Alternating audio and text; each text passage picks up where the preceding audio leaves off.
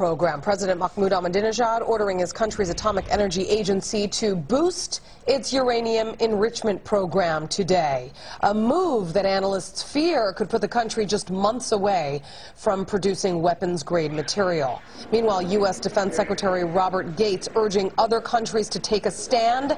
Speaking to reporters in Rome, Mr. Gates saying he still believes sanctions can work if the international community comes together to bring pressure on the Iranian government.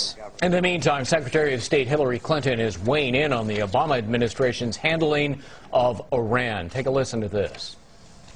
I don't know what the outcome would have been if the Iranian government hadn't made the decision it made following the elections to become so repressive. But the fact is, because we engaged, the rest of the world has really begun to see Iran the way we see it. But in light of the new developments with Iran's nuclear ambition, should the United States follow Israel's lead in taking a tougher stance on Iran? Joining me now is New York Post columnist, Fox News contributor Michael Goodwin. You just got back. How many days were you there? A short week. Yeah. And what did you learn, bottom line? Well, look, Greg, I think that Israel is very, very nervous across the political spectrum in Israel. This is not just the conservative government. This is all across the political spectrum in Israel. Really nervous about Iran. No question there that Iran is intending to get a nuclear weapon, and Israel simply cannot accept it. Israel sees it as an existential threat that merely having the bomb, whether it intends to use it or not, would scare the bejesus out of many Israelis, and in fact that's what they're facing now. So there is a real concern that the United States is not going to do anything about it, and Israel may have to. Well, and what caught my attention when I read your column, as I always do, you quoted a top Israeli political insider that if international efforts fail to stop Iran from enriching uranium, Israel will be forced to use not only conventional weapons to take out Iran's atomic sites, but tactical nuclear weapons as well. How reliable was that source? Well, very reliable, very knowledgeable, very well connected. That is the nightmare scenario. That's not something that anyone there hopes will happen or wants to happen.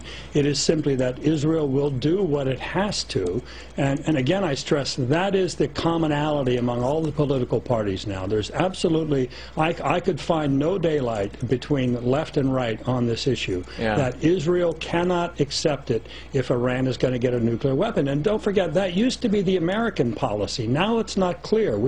President Obama has spent a year engaging, as Hillary Clinton said in that clip, and yet nothing's happened. Deadlines come and go, and we just keep backpedaling. As you see again, as you said again today, Ahmadinejad has ordered further enrichment. They've been just playing games all along. They obviously have no intention of acceding to international demands, and so it does seem we're on a collision course. The only question is, who's going to represent the West? Is it going to be America and the others, or is it going to be Israel alone? You know, it was just 2 days ago, Iran's foreign minister said, "Oh, we'll do a deal now. It's all just about done. We're going to export to the West our uranium for enrichment, and then it'll come back in isotope form for medical research and peaceful purposes and so forth." And what did it take?